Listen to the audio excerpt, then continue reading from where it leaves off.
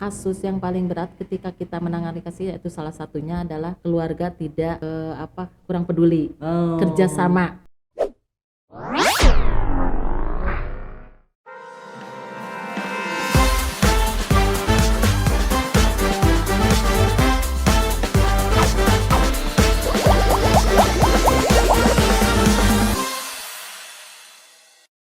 Bismillahirrahmanirrahim. Assalamualaikum warahmatullahi wabarakatuh. Teman-teman sekalian, hari ini kita ketemu kembali di podcastnya Si Kasep, podcast pemerintah desa Bojong Sawah.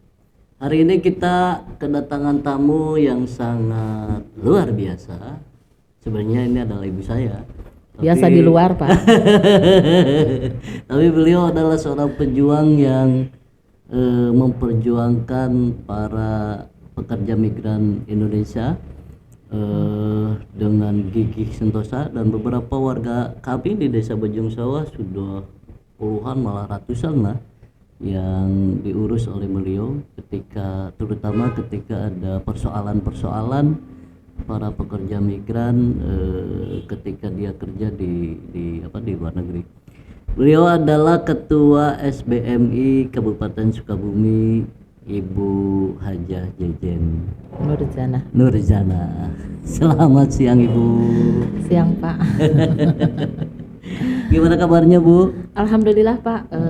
Baik, ya, sehat, dan mohon maaf baru bisa kali ini bertemu dengan Bapak ya.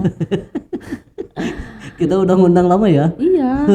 Itu kan banyak banyak kegiatan yang tidak bisa ditunda jadwal gitu kegiatan. Ya, di samping itu ya kasus juga, kasus lagi menangani kasus juga yang terutama yang kasus Kamboja ini Pak, lagi ngetren Sukabumi ini. Lagi banyak Pak Ibu ya. Ya, ngomong-ngomong tentang PMI Bu, pekerja migran Indonesia ini, sebenarnya awal persoalannya ketika mereka ada persoalan di luar negeri itu apa sih Bu?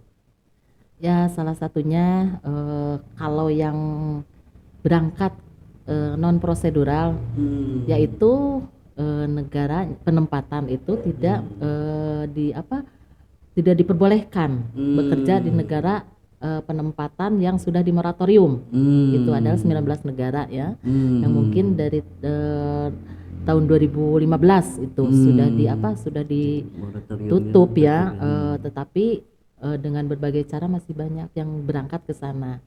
Ya, ketika ke sana itu kan tidak punya legalitas hukum ya. Itu akhirnya dia berangkat ke sana dengan bukan sebagai pekerja migran, tetapi mereka berangkat sebagai umroh dan turis ya ke sana itu, sehingga masa tinggal di sana itu kan ada batasannya gitu. Kalau melebihi batas atau persta itu ya bermasalah lah, karena sudah melanggar izin tinggal di negara penempatan itu.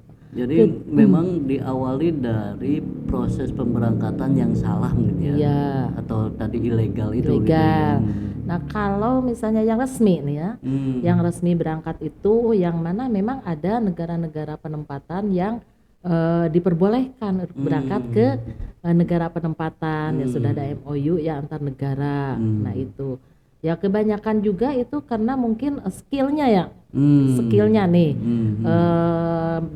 berangkat ke negara penempatan itu kita harus siap 5 ya, siap mental ya, itu harus siap keterampilan ya, siap mengetahui budaya negara penempatan, hukum negara penempatan gitu, kita harus sudah siap. Ketika kita berangkat ke negara penempatan, kalau kita sudah tahu hukum dan budaya negara penempatan, mungkin kita bisa adaptasi ya, bisa Indonesia seperti itu, misal kita beradaptasi dengan budaya dan hukum yang ada di negara penempatan. Nah itu, kebanyakan kan kasus-kasus yang mana menimpa ya gitu pekerja migran, walaupun mereka itu berangkatnya prosedural, terus negara-negara yang diperbolehkan ya untuk bekerja di sana, itu ada masalah. Ketika misalnya kadang-kadang makan aja jadi masalah, misalnya kok saya dari pagi belum makan, 3 hari belum dikasih nasi ya gitu kan. Padahal negara penempatan itu memang budayanya makannya bukan makan nasi, misalnya itu jadi masalah. Terus juga budaya Budaya Indonesia misalnya kan beda. Mereka itu mengikuti budaya Indonesia, sedangkan kan budaya beda dengan negara penempatan. Itu juga jadi masalah. Hukum juga. Ketika hukum misalnya perlakuan mereka nih, perlakuan mereka disamakan gitu dengan kebiasaan di Indonesia. Padahal di negara penempatan itu hukumnya berbeda. Itu memicu permasalahan-permasalahan itu, Pak. Jadi memang selain teman-teman sekalian, ketika kita ada niatan untuk menjadi PMI, yang pertama tadi tentunya menelusuri dulu legalitas dari perusahaan atau tempat kerja yang akan kita tuju ya, negaranya ya. Kalau moratorium berarti jangan sampai ke sana, walaupun posisinya ada orang yang mengajak dan meyakinkan bahwa itu legal. Betul. Gitu ya? Iya. Tadi ada 11 negara gitu, Bu? 19. 19 negara. 19 negara. Itu sampai saat ini masih moratorium ya? Masih di moratorium karena belum ada kesepakatan ya antara dua negara ini untuk perlindungan pekerja migran di Indonesia. Itu negara mana saja, Bu? Negara-negaranya Timur Tengah ya, terus negara Timur Tengah 19 negara. Itu ada di nanti. Sebenarnya saya udah pasang di beberapa kecamatan, Pak. Itu yang tapi hanya kecamatan satu banner itu kan ya, sudah pelarangan untuk bekerja ke 19 negara. Seperti Arab Saudi, Abu Dhabi, Dubai, Oman ya, Qatar, terus Irak ya, itu negara-negara Arab gitu ya. Terus ada juga yang ke mana ya, ke Irak, Iran ya, itu nggak boleh ya. Terus ke mana lagi ya, ke Iran, Irak, terus negara-negara yang Damaskus itu mana ya? Apa itu nggak boleh ya. Pokoknya ada 19 negara. Kalau Kamboja? Nah, Kamboja itu kan ASEAN. Kalau Kamboja, nah sekarang itu kan itu lagi ngetren ya. Memang belum ada juga MOU antara antara Kamboja dengan Indonesia. Apalagi Myanmar ya, itu belum ada. Ya cuman ya mereka yang menjadi korban di sana yaitu korban udah terindikasi ya kasus tindak pidana perdagangan orang. Karena mereka itu berangkat informasinya itu lewat media sosial gitu kan. Direkrut, proses sendiri gitu kan, membuat paspor dengan tujuannya kesananya bukan tujuan untuk bekerja. Di paspor itu adalah untuk kunjungan atau turis ya. Turis. Setelah di sana kebanyakan kan dia diiming-imingi gaji besar. Negara kerjanya bukan di Kamboja, bukan di Myanmar, tapi di Thailand. Gitu. Nah ternyata jadi ke Kambojanya transit? Bukan, ke Thailand transit ya. Jadi kebanyakan dari Thailand itu diseberangkan lah ke Myanmar dan Kamboja dengan perusahaannya juga perusahaan terlarang ya. Karena di sana itu perusahaannya diiming-iming misalnya jadi admin ya, admin salah satu perusahaan, ternyata di sana menjadi scam online gitu kan. Iya teman-teman, kalau yang moratorium oleh SBMI itu udah dibikin cetak baligo tuh, dan disimpan di kecamatan satu, tinggal teman-teman melihat mengunjungi kecamatan untuk mana saja yang tahun moratorium. 2000 berapa ya? 2004 kita sudah masang baligo tersebut ya. Pokoknya kalau yang ada moratorium itu jangan sampai lah, begitu ya, Bu. Jadi kita kalau mau bekerja, kalau mau kerja ke luar negeri, cari informasi yang benar. Informasinya ada di mana? Ada di Disnaker, ada di P2MI ya, P4MI kalau dulu Maya, yang di Cisuda itu. Dan juga mungkin ke desa dulu. Semua warga desa, karena yang lebih bersentuhan adalah desa.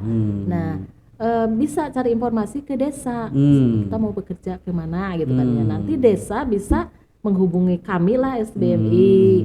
Atau misalnya menghubungi Disnaker, atau menghubungi KP2MI yang ada di sini, P4MI ya, bisa. Itu informasi yang jelas.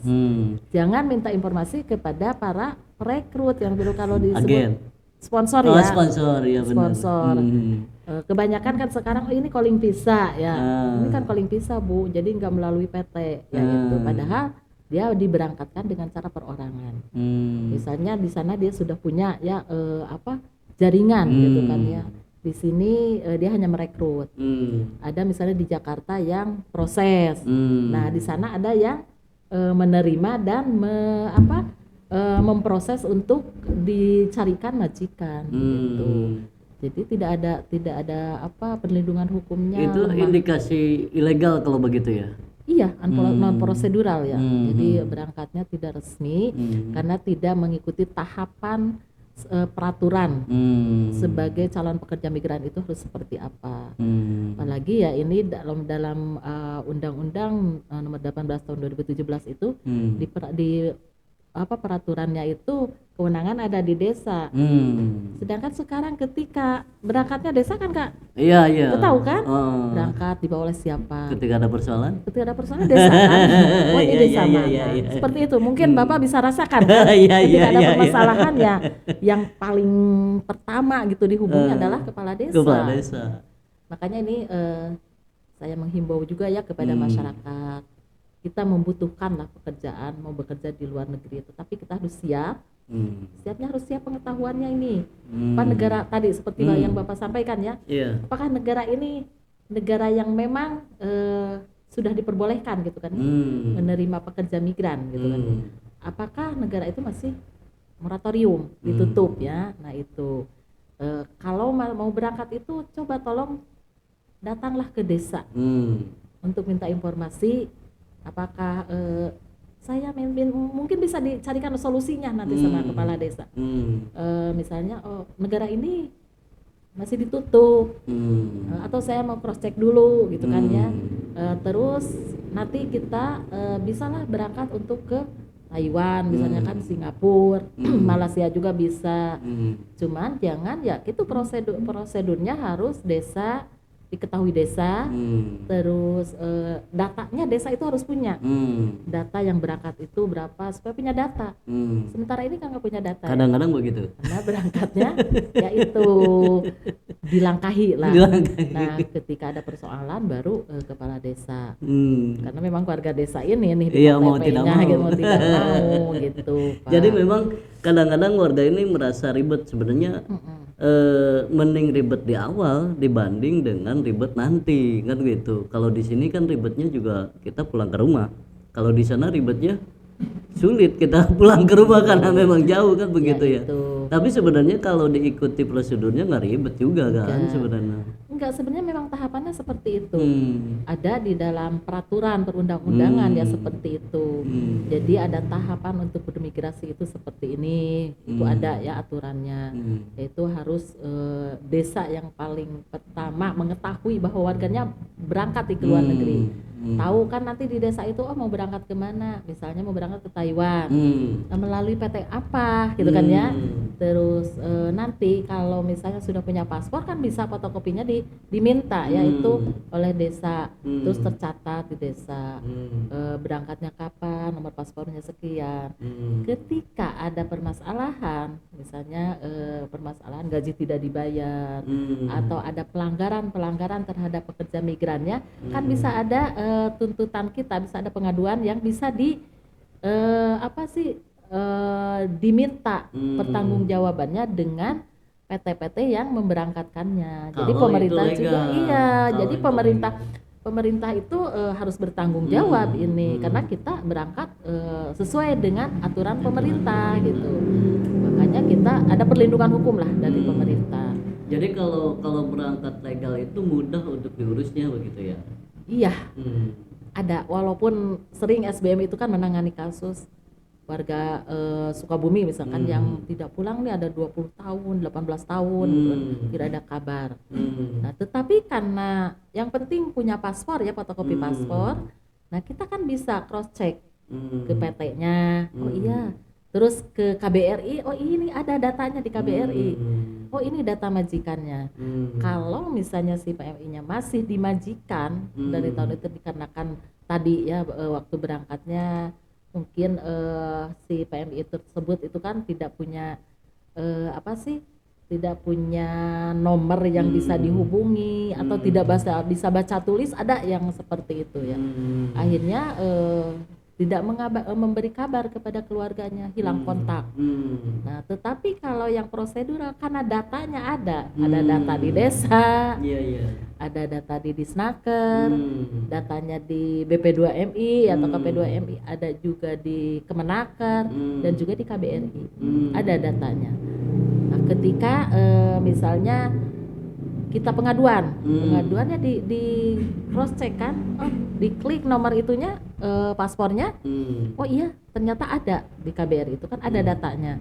Jadi KBRI menghubungi pihak majikan gitu kan, memanggil majikan sama si pekerja migrannya, akhirnya ya dibantu proses pemulangan dan gaji-gajinya yang belum dibayar. Itu keuntungannya itu. Terus juga ketika meninggal dunia nih. Karena kan kalau prosedural kita punya BPJS Ketenagakerjaan.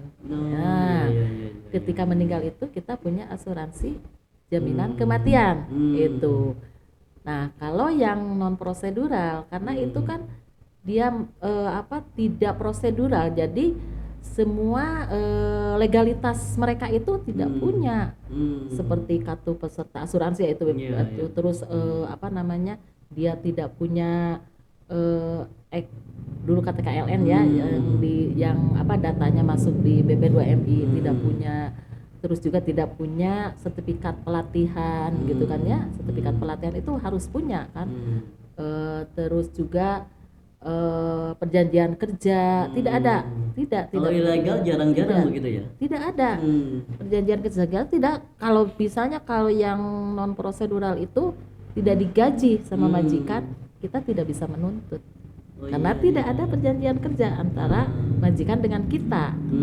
Tuh ya kelemahannya. Kalau meninggal kita tidak punya jaminan kematian. Nah, terus untuk proses pemulangannya juga karena bukan PMI ini sangat sulit.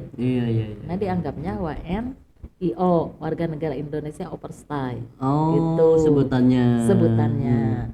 Jadi warga negara Indonesia yang berkunjung ke sana sudah melebihi batas waktu.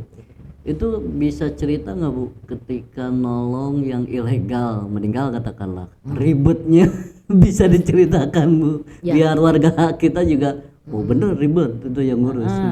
Nah, ketika kita ya sepertinya yang Kamboja aja ya, kasus Kamboja meninggal. Ada yang meninggal Bu, kasus Kamboja. Kita yang meninggal itu 4 orang ya.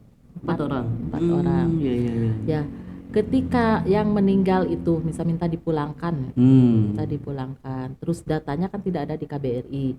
Nah, minta dipulangkan dari KBRI itu kan minta misalnya keluarganya membuat surat. Nah, keluarganya itu kan ingin memulangkan si jenazah tersebut. Itu ketika si perusahaannya tidak jelas, kadang-kadang kan si pekerja migrannya itu ya yang ke Kamboja itu tidak tahu perusahaan apa, tidak tahu gitu kan. Dan juga si pihak perusahaannya itu tidak jelas, tidak punya legalitas hukum. Nah, kalau yang ada yang ditemukan misalnya kerjanya itu yang penggunanya itu perusahaannya namanya ini, nah, barulah minta bertanggung jawab ke perusahaan tersebut. Ketika namanya orang meninggal kan tidak bisa ditanya itu ya perusahaannya apa gitu kan ya, tidak ada, dan juga tidak ada catatan gitu kan yang membawanya PT apa. Kalau ada PT misalnya kan PT-nya tahu dikerjakan di perusahaan tersebut. Nah, ini sulit karena biayanya kan lumayan besar. Kalau untuk pemulangan minta pertanggungjawabannya ke si PT tersebut, perusahaan yang memperkerjakan dia di sana. Kalau misalnya tidak ada PT-nya, kita minta bantuan ke PT dan minta bantuan ke sponsor. Nah, sedangkan yang Kamboja ini dari awal pemberangkatannya itu tidak ada perekrut ya di sini, hanya via media sosial. Nah, dan berangkat ke sananya juga bukan sebagai pekerja migran gitu. Jadi proses sendiri, bikin paspor sendiri. Terus kalau ditanya bisa di imigrasi mau kunjungan gitu kan. Terus dia beli tiket sendiri gitu kan. Jadi dia mandiri memang berangkatnya. Nah, siapa yang akan bertanggung jawab gitu kan ketika, dan di sana itu dia kerja kerjanya tidak pernah memberikan identitas perusahaannya itu ke keluarga. Kan itu sulit ya untuk kita minta bantuan perlindungan ya ke pemerintah juga sulit untuk melacak keberadaan perusahaannya. Nah itu sehingga kita tidak bisa memulangkan jenazah tersebut. Ya dengan sangat berat hati ya keluarga harus membuat permohonan penguburan di tempat tujuan. Jadi yang kemarin meninggal tuh nggak sempat ke bawah ke sini ya? Ada yang satu itu tidak, tapi yang satu orang bisa karena perusahaannya ada. Ditemukan gitu. Ya kita dibebankan lah ke perusahaan tersebut. Tetapi yang satunya karena perusahaannya tidak jelas, kita minta bantuan juga sulit ya, karena memang pemerintah tidak ada anggaran mungkin ya untuk pemulangan jenazah. Nah itu akhirnya dengan sangat terpaksa keluarga merelakan untuk dikubur di sana. Iya. Lalu yang kemarin warga kita tuh, warga Kecamatan Kebon Pedes, itu prosesnya gimana Bu? Nah itu kan sama prosesnya gitu. Jadi dia proses sendiri karena ada temennya yang sudah ada di sana. Dia merekrut via medsos ya. Ayo kita kerja di sini. Akhirnya mereka karena yang ngajaknya itu adalah teman saudara, hanya dia tergiur ya berangkat di sana. Ternyata si temennya ini yang sudah berangkat ke sana merekrut itu karena ada tekanan dari perusahaan. Ada tekanan. Kamu harus merekrut sekitar 50 orang. Tuh baru kamu bisa bekerja gitu kan ya, yang ceritanya yang merekrut itu. Nah semua itu dan prosesnya sendiri-sendiri, nggak ada misalnya berangkat ditampung di salah satu rumah atau ini nggak ada. Jadi langsung ke bandara, langsung berangkat ke sana, ke Thailand ya. Dari Thailand baru dia turunnya di Thailand, transitnya di Thailand. Nah dari Thailand itu dia dibawa, sudah ada orang di sana itu yang menunggu. Diseberangkan. Nah di situ semua HP-nya, paspornya diambil, dirampas. Dia terjebaklah di perusahaan yang mana perusahaannya itu adalah scam online. Iya. Nah itu juga kan ada targetnya. Targetnya dalam satu hari itu harus dapat misalnya sekian ratus juta. Ketika tidak mencapai target itu ada sanksi hukuman dari pihak perusahaan. Itu sempat digaji mereka, ada gaji, pernah menerima katanya ada yang 4 juta, ada yang nggak digaji juga. Iya. Jadi ketika bulan ini misalnya mencapai target, sebulan depan itu tidak mencapai target, dan itu dipotong lah. Misalnya bulan ini tidak mencapai target, bulan depan mencapai target, misalkannya dia bisa gaji lah. Misalnya bulan kemarin karena kamu tidak mencapai target, akhirnya dipotong gajinya gitu. Ada yang sama sekali tidak menerima gaji karena tidak mencapai target. Nah seperti akhirnya ada sanksi hukuman dari dia. Ada penyekapan gitu, penyiksaan. Itu penyekapan dan penyiksaan itu betul ya Bu? Betul, mereka alami. Dan ada disetrum juga. Itu disekap, itu tidak dikasih makan gitu kan ya. Terus tidak boleh keluar dari perusahaan tersebut. Jadi dia namanya disekap itu nggak boleh lah keluar bebas gitu kan, bebas gitu nggak boleh. Jadi ada di lingkungan perusahaan tersebut, seperti mesnya itu kan, jadi tidak bisa. Mesnya di lingkungan perusahaan itu iya. Berarti ya. Ketika mau menghubungi keluarga juga kadang-kadang kan sambil kerja sambil kerja ini menghubungkan via laptop ya masing-masing atau komputer masing-masing, baru bisa menghubungi keluarga. Seperti itu, makanya kita kemarin sangat apalagi kalau sudah viral gitu ya, memang semua jadi heboh ya. Wah Sukabumi, Kebon Pedes gitu, jadi sehingga viral lah gitu kan kasus tersebut. Dan waktu itu kita ada waktu itu yang dipulangkan kan baru 6 orang, 6 orang. Masih tersisa di sana itu 3 orang kan, 3 orang warga Sukabumi, 3 orang. Nah ini yang 3 orang ini tidak jelas kan nasibnya. 3 orang yang dari hanya yang SBMI Sukabumi dampingi ya. Terus kalau SBMI pusat itu ada sekitar 100-an lebih lah. Tuh dari beberapa daerah gitu kan ya, termasuk dari Jakarta itu. Nah, ketika itu kita sudah berusaha untuk mendampingi ya, udah ke Kementerian Luar Negeri. Udah wah ini nggak ada kepastian ini kan ya nasibnya mereka, sedangkan mereka itu sudah dalam penyekapan. Nah, setelah itu kita melakukan audiensi ya ke KBRI Myanmar. Tetapi waktu itu tidak boleh masuk ya. Nah, setelah itu kita diundang ke staf ahli presiden ya, undang ke sekretariat negara. Akhirnya kita bawa keluarga korban dan juga korban yang sudah pulang ke sana. Nah, dari situ alhamdulillah banyak yang dipulangkan dan termasuk yang dari Sukabumi ini dipulangkan. Itu proses berapa lama, Bu? Perjuangannya sangat panjang. Kalau yang 6 orang itu termasuk cepat gitu kan ya. Dari pengaduan itu ada berapa bulan ya? 2 bulan paling 2 bulan. 2 bulan ya. Karena memang dia sudah keluar dari sudah ada viral di medsos dan kita kan dibantu oleh organisasi internasional ya, IOM ya. Waktu itu IOM Thailand dengan IOM yang di Jakarta itu kan kerjasama untuk membantu proses pemulangannya dengan KBRI, Kementerian Luar Negeri. Nah, kalau yang kesininya kan apalagi Kamboja sekarang masih ternyata setelah itu kasusnya malah banyak gitu kan ya, yang pengaduan ini Kamboja, ini Myanmar. Jadi masih kemungkinan masih banyak lah ya, yang dari Sukabumi untuk terjebak di perdagangan orang tersebut, masih banyak ya. Tapi memang mayoritas posisinya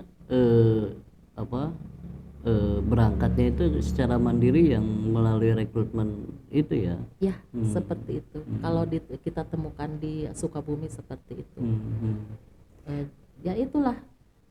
Ini masih banyak yang sudah bermasalah, baru datanya muncul yang meninggal. Tetapi masih banyak yang berangkat ke sana masih aman gitu ya di sananya, karena tidak langsung dia dapat masalah ketika mencapai target, gaji lancar, mungkin merasa aman, walaupun perusahaannya di sana perusahaan yang ilegal atau tidak resmi gitu, tidak berizin gitu.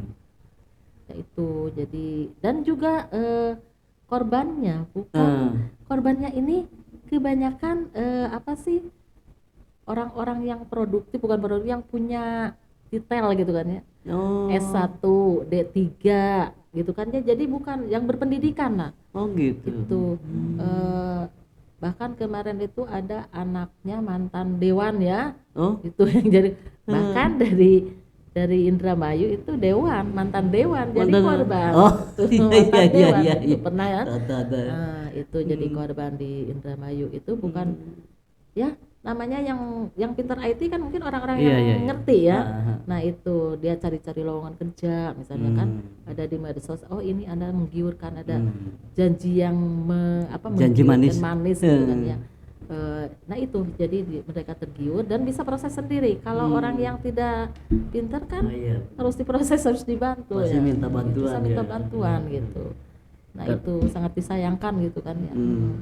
Jadi teman-teman tidak juga jadi jaminan ketika punya pendidikan tinggi, orang punya pendidikan tinggi ya begitu. Tapi bagi yang ngeyel ya begitulah begitu ya. Karena dia mungkin ini saya udah punya calling visa. Ini saya udah punya legalitas. Ini saya udah S1 misalnya, skill saya atau pendidikan saya lah tinggi ya, sudah inilah gitu ya. Tapi saya di sini kok nggak punya kerjaan misalkan ya, masih nganggur. Akhirnya dengan adanya tawaran seperti itu ya, akhirnya dia tergiur gitu kan dengan tawaran kerja di sana, yang namanya kerjanya itu di depan komputer ya itu ya pastilah tergiur ya. Dengan iming-iming gaji gede gitu ya. Terus kerjanya kan hanya di depan komputer gitu kan. Akhirnya mereka itu tergiur. dengan kondisinya di sini juga sulit untuk mendapatkan Ya, pekerjaan, betul. lapangan pekerjaan Lapangan ya untuk pekerjaan, mereka betul. ya. Setelah lulus misalnya menjadi Sarjana kuliah lah, gitu ya, dia itu nganggur dan tidak ada pekerjaan yang sesuai dengan keinginan dia. Sebenarnya kan kalau kerja gitu kan banyak mungkin Ya. ya, tapi karena memang hasil dari pendidikan dia itu tidak sesuai untuk pekerja seperti itu, akhirnya dia tergiur. Ya, kalau untuk Timur Tengah ya udah jelas ya, korban-korbannya itu adalah emak-emak ya, Iya iya benar emak-emak yang mama. memang lagi butuh lah gitu ya untuk meningkatkan ekonomi keluarga, dari keluarga yang sangat Iya. yang mungkin yang keluarga yang kurang mampu Iya, gitu kan, ingin menyekolahkan anak cita-citanya. Nah itu ingin mesejahterakan keluarga, itu akhirnya berangkat ke luar negeri, yaitu ke Timur Tengah tujuannya kan. Jadi apa sih namanya, yang orang yang rentan rentan untuk menjadi korban adalah ya seperti itu, ibu-ibu misalnya yang udah keluarga, atau misalnya perempuan yang punya beban di sini, beban ekonomi ya, yang sulit, akhirnya dengan terpaksa dia berangkat ke Timur Tengah menjadi pekerja migran dengan prosedur yang non prosedural, berangkat dengan yang non prosedural gitu. Jadi kan kalau warga kita kan ketika prosedural mesti ke LPK dulu gitu kan, ke LPK dulu terus biayanya mahal gitu. Nah itu Nah, itu kan, tapi kan sebenarnya itu bagian dari untuk keamanan bagi warga yang punya niatan ke sana kan, begitu ya, dibanding dengan yang non prosedural tadi kan, begitu Bu ya. salah satu persyaratan kan, satu persyaratan itu kita kalau mau berangkat ke luar negeri ya harus ada sertifikat pelatihan ya.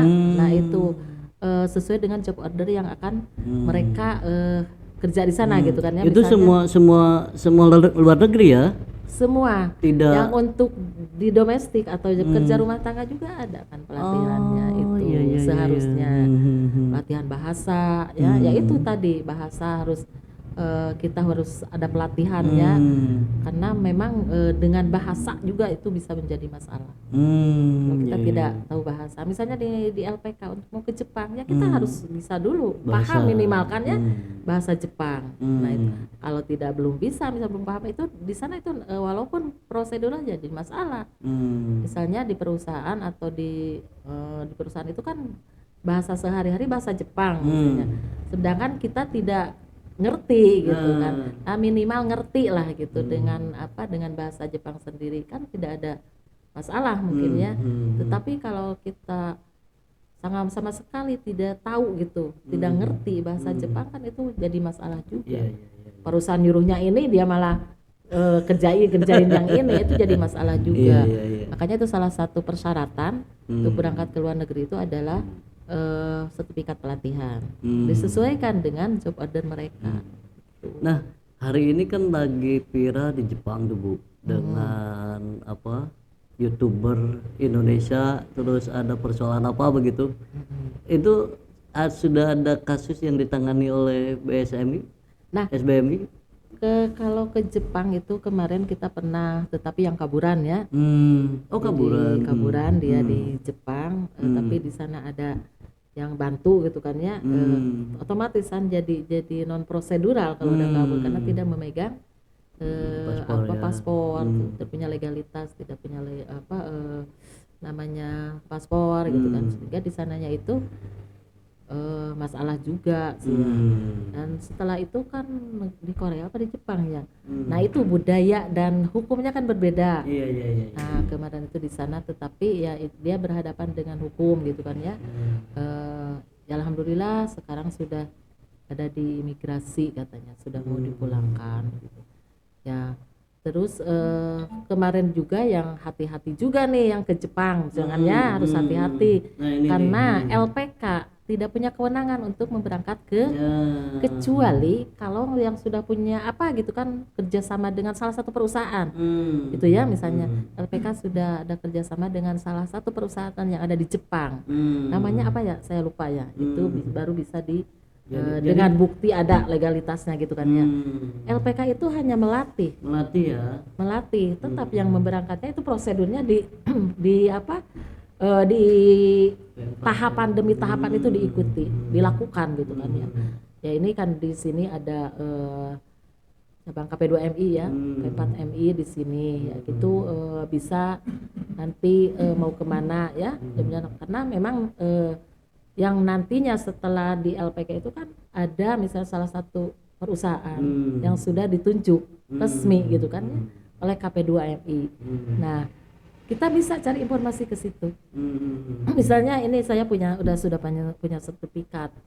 Nah di sini kita ada tes kesehatan di sana kan, ada tes bahasa testing itu. Kalau lulus nanti ada panggilan proses. Iya. Kalau misalnya tidak lulus ya tidak bisa, kayak kemarin ada buta warna aja misalkan ya, buta warna. Padahal dia sudah mengikuti pelatihan, sudah bayar ke LPK-nya ya. Tapi karena dia buta warna salah satu yang tidak diperbolehkan dalam aturan itu adalah buta warna, itu tidak lolos.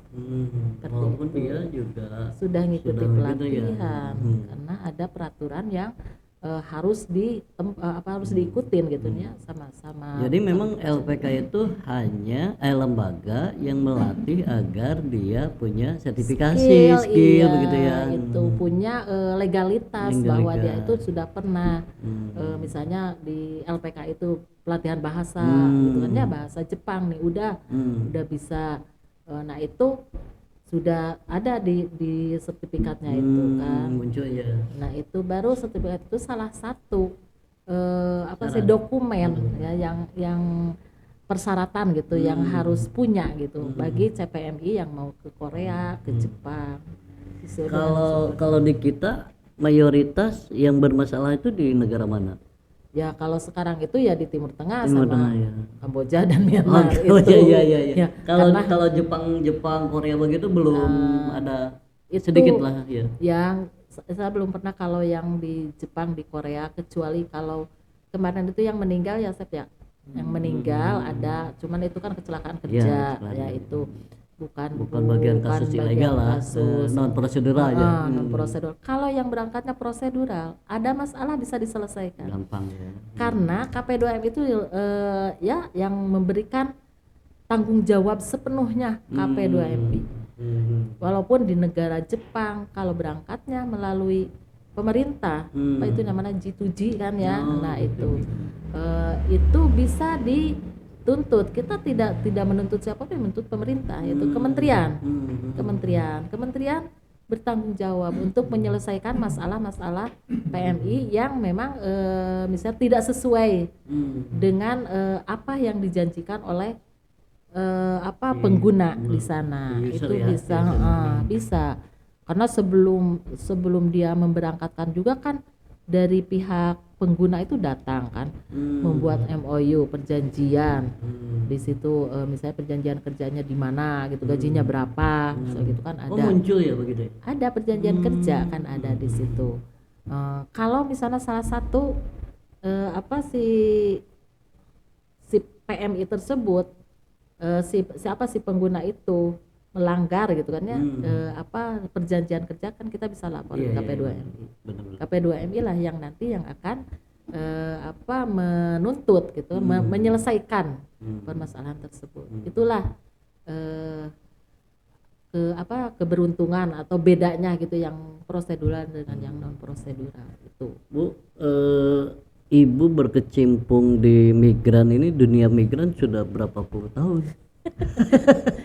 Sudah lama sih, saya ikut berorganisasi dulu dari 96 ya, 1996 dulu. Saya masih ABG, anak ABG ya, belum lahir bahkan. Iya, belum lahir benar. Belum lahir ya, 96 itu. Nah, kita dengan PPSW, Pusat Pengembang Sumber Daya Wanita waktu itu. Nah, menjadi community organizer ya, CO ya, itu kader. Nah, di situ sampai 2006 10 tahun. Sampai ada koperasi dulu rame ya gitu di Kebon Pedes itu ada berapa KWPS ya. Dan pernah mendapat juara juga ya waktu itu KWPS-nya ya. Nah setelah dari 2006 itu karena saya fokus di isu pekerja migran ya, dulu pernah kan ada warga Kebon Pedes ya yang meninggal di Timur Tengah, ternyata bukan warga Kebon Pedes ya, jadi warga Kerawang. Di dalam paspornya itu Kebon Pedes. Kebon Pedes. Jadi dari situ kita harus benar-benar, dulu itu kan masih sulit kita untuk berorganisasi ya, masih sulit kita sosialisasi di RT itu kan ya, bentuk kelompok. Kita banyak ya kelompok-kelompok yang kita dampingi waktu itu. Ya itu disitulah kan muncul tahun 96 itu sudah banyak yang berangkat ke luar negeri. Karena pertama kalau nggak salah berangkat ke luar negeri yang di kita ini dari tahun 82 ya, 82 udah pada banyak udah kesana ya. banyak, tapi waktu itu masih bayar gitu kan. Kita belum punya undang-undang khusus ya, karena lahirnya undang-undang kerja migran itu tahun 2004 di sini ya, 2004 ya. 2004 undang-undang itu waktu itu kan. Jadi masih umum gitu kan ya, sifatnya umum. PT-nya juga masih jarang gitu kan ya, PT-PT-nya itu. Tapi memang mayoritas di warga kita ya, sehingga ada Gang Jedah. Gang Jedah begitu Gang kan. Jedah, iya. Nah waktu itu gue Gang Jedah kan ada juga ya dari BP2MI ya, bersama Dewan waktu itu kita ke sana. Bukan itu aja, apa sih namanya, kita datang ya kunjungan. Memang di situ di Gang Jedah itu ada satu misal keluarga yang berangkat ke sana sudah enak gitu. Akhirnya calling pisah, memang itu betul-betul calling pisah kan kalau itu ya. Jadi saudaranya dibawa, jadi satu kampung di sana itu saudara semua gitu. Makanya Gang Jedah gitu namanya. Waktu kita ke sana juga ada korban Malaysia ya, waktu itu anak di bawah umur. Alhamdulillah sudah pulang ya, kita bantu ya waktu itu 9 tahun di sana. Di bawah umur dan berhasil kita pulangkan. Nah, itu mungkin karena belum sosialisasi, belum sampai ke ya. Sponsor juga belum banyak waktu itu kan. Berangkatnya. Nah dari situ 2000 kita salah satu pendiri ya, pendiri SBMI kita aktif. Nah lahirlah SBM itu di tahun 2002 ya Sep ya? 2002 ya. 2002. Nah di tahun 2007 tapi saya aktif waktu itu di Kop Bumi. Dari 2000. Tahun 2000 itu aktif di Kop Bumi, Konsorsium Pembela Buruh Migran. Belum ada serikat. Belum ya. Jadi ada salah satu lembaga yang mana terdiri dari jaringan nasional LSM 49 LSM kalau nggak salah ya itu. Nah kita masuk PPSW di situ. Nah fokuslah ke buruh migran, MOU dengan IOM dari tahun berapa? 2004 ya waktu itu. Nah itu jadi langsung dan saya sempat juga berangkat tahun 2005 nih, padahal udah ikut organisasi. Berangkat ke luar negeri. Oh iya. Gimana ceritanya nih? Saya ke Dubai waktu itu sama. Memang salah satunya kan kita itu terhimpit ekonomi ya, anak-anak lagi sekolah butuh biaya gitu kan ya. Nah kita kan sebagai yang single parent gitu kan ya harus bertanggung jawab, akhirnya berangkat tanpa kita itu memikirkan resikonya gitu kan ya yang penting kita berangkatlah untuk bekerja gitu di sana. Dan waktu itu kan 2005 belum kayak sekarang gitu ya, masih sama saya juga dulu ya salah satu mungkin korban TPPO ya. Iya. Ya, tetapi karena di sana itu sudah ikut berorganisasi, jadi kita bisa menangani kasus sendiri. Ya seperti apalah kita kalau mendapat masalah. Akhirnya kita bisa pulang gitu ya, tanpa biaya gitu. Tanpa biaya dan tanpa ada dulu kan sebelum pulang boleh kamu pulang ya, sama seperti suruh ganti rugi katanya ya, berapa 19 juta kalau nggak salah dulu saya ingat. Tetapi karena ada yang bantu yaitu Kop Bumi tersebut dan PPSW, yaitu salah satu lembaga yang peduli gitu kan terhadap pekerja-pekerja, akhirnya kita dibantu dan lolos dari ganti rugi tersebut. Pulangnya dijemput. Nah dari situ ya karena saya merasakan gitu, banyak itu kasus yang disekap itu kan di agen itu, bukan hanya saya disekap. Waktu itu kita sampai ya di ini oleh polisi, karena saya kan tahu ya lapor polisi, walaupun bagaimana kita harus dibubarkan dari situ kan ya, karena itu memang agen yang jahat lah kalau menurut saya ya, itu ya. Akhirnya minta bantuan itu tulisan di bawah itu pintu ya, hanya kebaca sama polisi, hanya dikerbek ya, kita dipulangkan. Alhamdulillah saya karena memang dulu belum ada medsos ya, belum telepon juga masih sulit ya, sulit ya. itu ya. Jadi bentuknya surat-surat lah ya, surat-surat, ada telepon juga kan, telepon rumah ya, telepon umum gitu kan ya. Nah seperti itu, tapi alhamdulillah musibah membawa berkah ya bagi saya ya. Ya jadi mungkin bukan rezekinya kita di sana gitu kan ya, dan mungkin kita harus kumpul dengan keluarga gitu kan, dengan anak gitu kan ya, tidak harus berangkat ke luar negeri.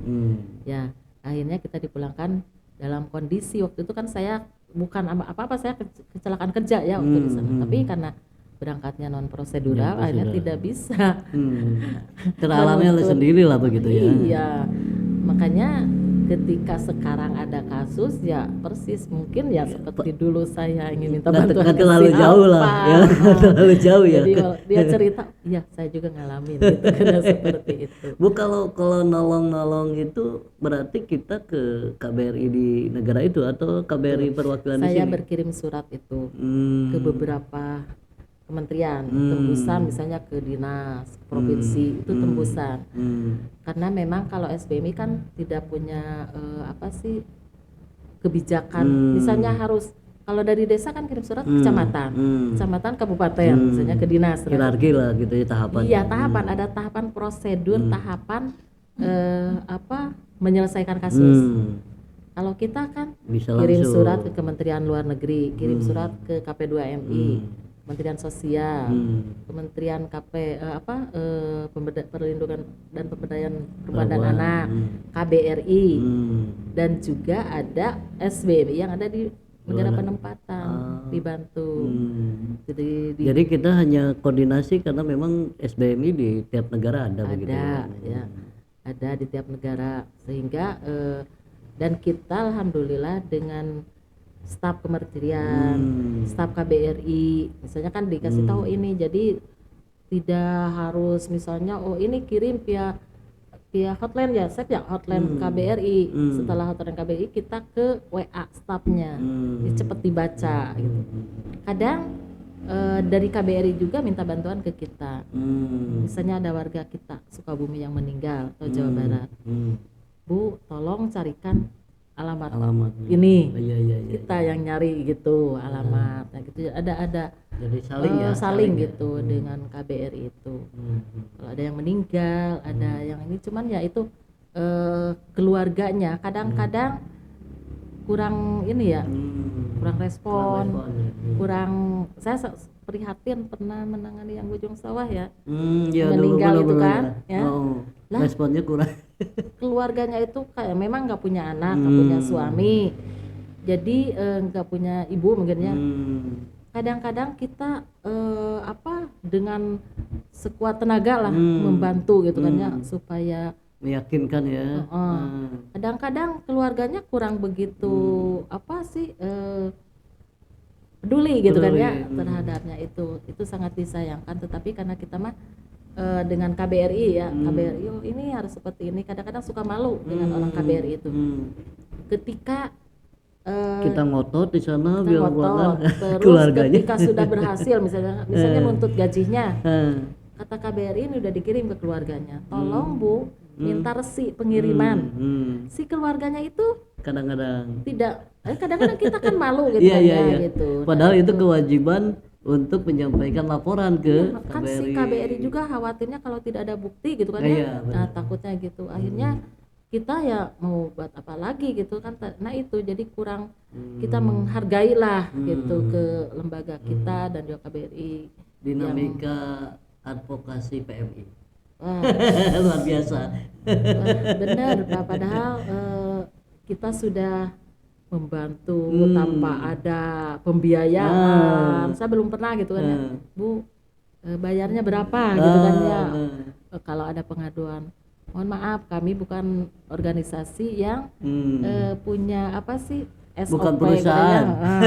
Pembayaran kita punya SOP-nya, ini ada SOP-nya. Kita tidak ada tarif untuk pembiayaan gitu kan ya. Nah seperti itu. Bu, selama ini yang paling berat Kasus yang dirasakan oleh Bu, yang paling berat kasus yang mana tuh? ya, kasus yang paling berat ketika kita menangani kasus itu salah satunya adalah keluarga tidak kurang peduli. Kerjasamanya ini yang kita paling kan berat harus ya? ada kerjasama kan dengan keluarga, dan keluarga kadang-kadang kita menangani kasus itu tidak sekarang laporan besok harus tuntas kan. Ada prosedur yang harus kita tempuh. Dan di situ kalau ada kita proses hukum ada perdata dan pidana. Itu kita harus asesmen dulu ini kasus itu. Kita ini pekerja migran bermasalah atau TPPO. Kita harus memilah data tersebut kan, kasus itu kan harus butuh proses. Betul proses, bukan hanya kita melaporkan, tidak bisa walaupun TPPO. Ini TPPO tidak bisa karena yang berhak menentukan kasus tersebut adalah polisian, dinas terkait. Itu hanya ini terindikasi misalnya tindak pidana karena sudah memenuhi 3 unsur misalnya. Nah setelah itu kita kan disesuaikan misalkannya ini kalau mau proses hukum atau gimana misalkannya kadang-kadang tidak paham keluarganya juga kan. Nah itu nah itu yang paling berat. Masih awam lah gitu ya. Terus ketika keluarga ini kan udah kesel misalnya kan ya lapor lagi ke yang lain misal gitu ya. Sedangkan kuasa belum dicabut ke kita gitu. Nah itulah. Jadi paling berat ya kerjasama dari pihak keluarga dan juga ini para pelaku rekrut itu. Dan keluarga tidak mempunyai dokumen misalnya fotokopi paspor, terus perjanjian kerja gitu ya, minimal ada fotokopi paspor. Itu sebenarnya makanya keluarga ini harus mempunyai itu paspor lah. Paspor lah. Kalau ada kita berharap atau ke masyarakat itu kan ya, ketika ada yang berangkat mau anaknya atau istrinya, tolonglah paspor itu dipoto. Bener. Sekarang kan gampang ya pakai handphone foto, kirim scan, gitu ya. Tapi yang sebagian itu udah paham ya, diminta paspor karena paspor udah di sana itu ditahan sama majikan atau agensi di sana, syarikah di sana. Gitu. Ketika dia misal mengatakan saya diberangkatkan oleh sponsor yang bernama Anu, alamatnya Anu atau PT Anu. Itu kan dibuktikan dengan paspor. Ya. Bisa saja kalau tidak ada paspor enggak bisa kan mengelang, tapi kalau ada paspor tidak bisa membantah. Paspor itu ketika mereka berangkat itu dipegang oleh mereka kan? Mereka misalnya gini aja. Pas mau berangkat itu misalnya ke bandara misalnya. Fotolah kirim ke keluarga. Pas waktu ke bandara kan si paspor dipegang oleh itu ya. Tiket, paspor itu harusnya dia itu punya dokumentasi waktu berangkat. Berarti ada celah ada tuh ada untuk peluang. Nah itu. Jadi kalau misalnya kita makan nggak megang paspor setelah setelah membuat paspor itu langsung sama PT atau sama sponsor misalnya. Tetapi kalau mau berangkat itu pasti semua dikasih kan foto lah gitu kan, paspor kirim.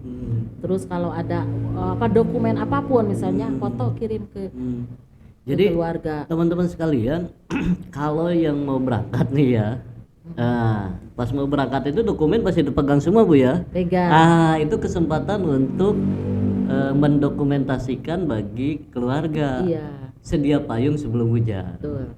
Iya. Itu pelajaran yang sangat luar biasa untuk kita semua, sehingga ketika ada apa-apa SBMI atau lembaga lain yang dapat membantu itu akan lebih mudah membantunya begitu ya. Dan juga buat para kepala desa nih ya. Nah, kalau yang mau berangkat itu biasanya kan ada surat izin keluarga. Betul. Yang diketahui oleh kepala desa.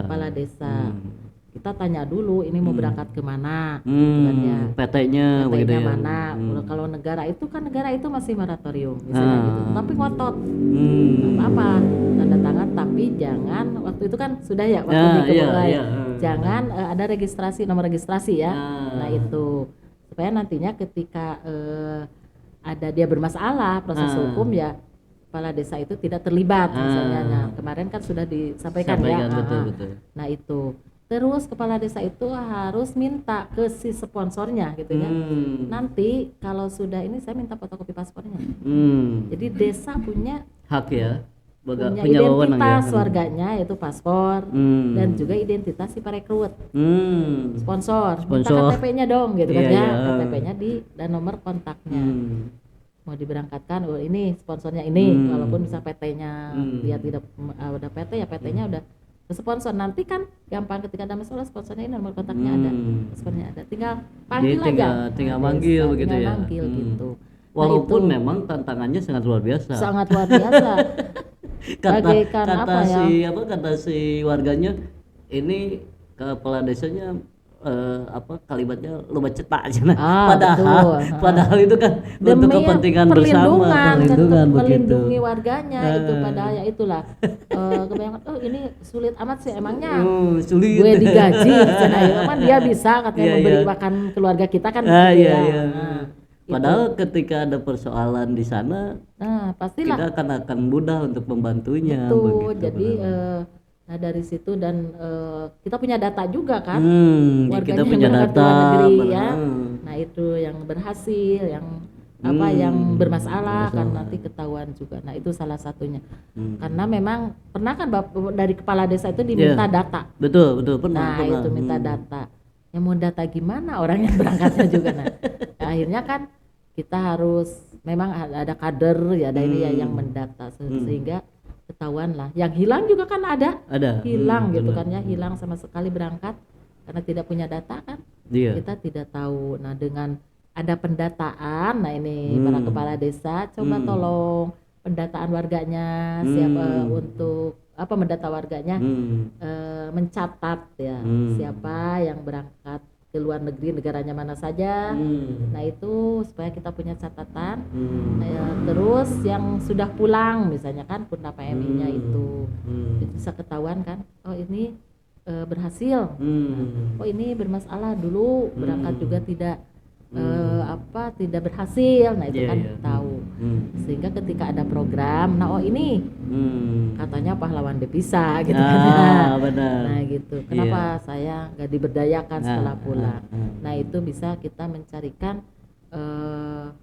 pemerintah juga kewajiban pemerintah.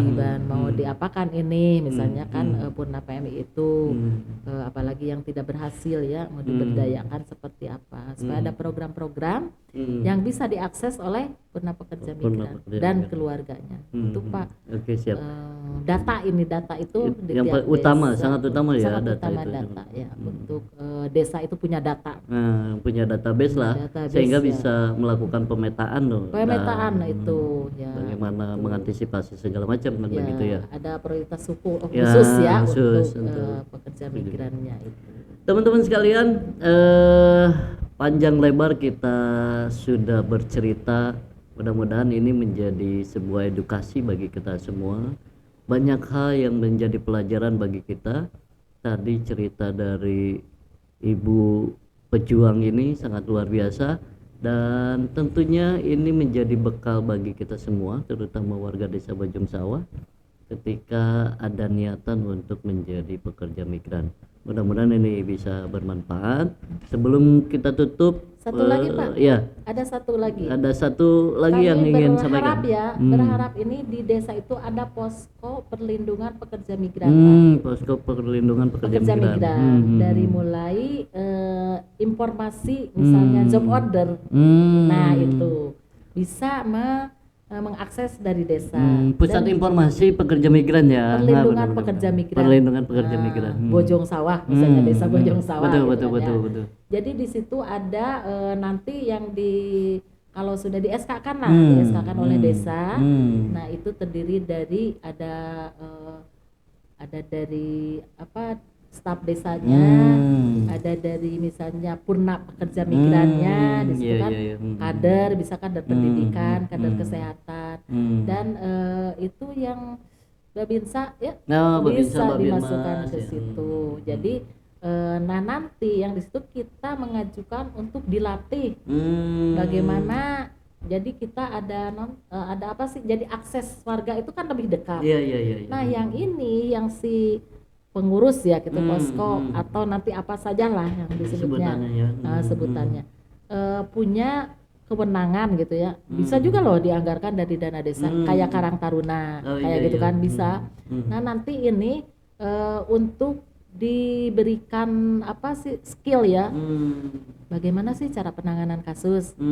Terus akses mana saja yang bisa diakses oleh si pengurus ini ya yang di desa itu, misalnya kita mau mengakses PT yang legal, daftar PT bisa nanti minta ada di situ.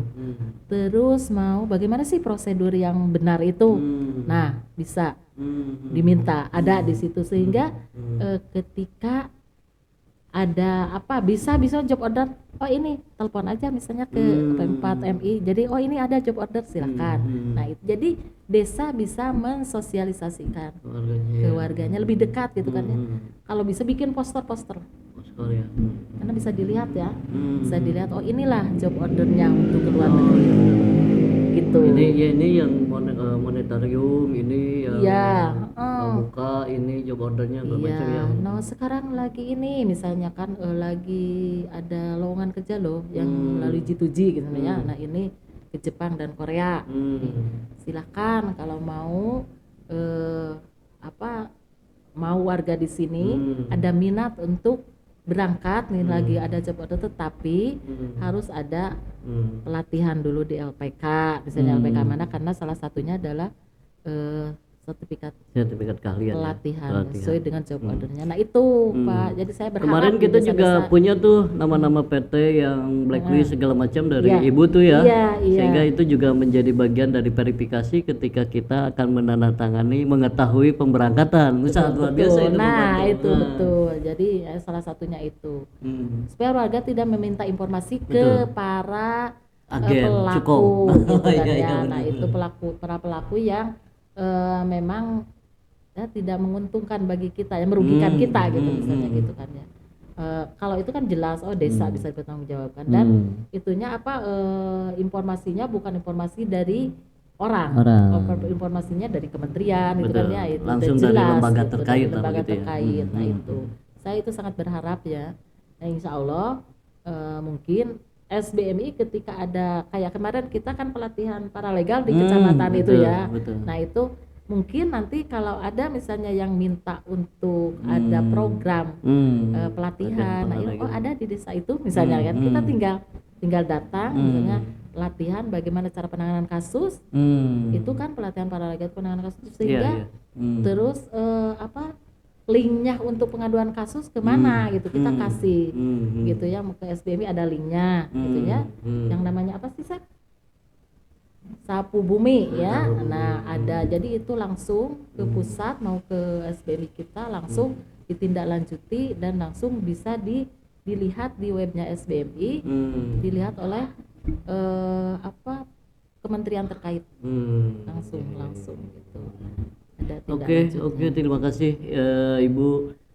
Teman-teman sekalian, sekali lagi pusat informasi itu sangat luar biasa, sangat dipentingkan, dan bagi warga kita harapannya memang mencari informasi ke lembaga yang jelas, salah satunya adalah desa. Jangan ke agen begitu ya, bukan jangan, tapi sebagai perbandingan cross check ya ke lembaga yang memang ditunjuk sehingga bisa dipertanggungjawabkan. Nah, teman-teman sekalian, obrolan kita sangat menarik dan sangat luar biasa. Sebelum kita tutup, tentunya jangan lupa subscribe, like, dan komen serta share di channel YouTube ini. Dan kami ucapkan sangat-sangat beribu terima kasih Ibu pejuang, Ibu Ibu saya. Ya, terima kasih kembali, Mudah-mudahan ini penuh hikmahnya sangat luar biasa dan silaturahmi kita tetap berjalan. Dan bagi teman-teman yang mau konsultasi ke SBMI bisa langsung menghubungi Ibu Jejen ataupun bisa melalui podcast si Kasep ini atau ke pemerintah Desa Bojong Sawah. Terima kasih. Billahi taufiq wal hidayah. Wassalamualaikum warahmatullahi wabarakatuh. Waalaikumsalam.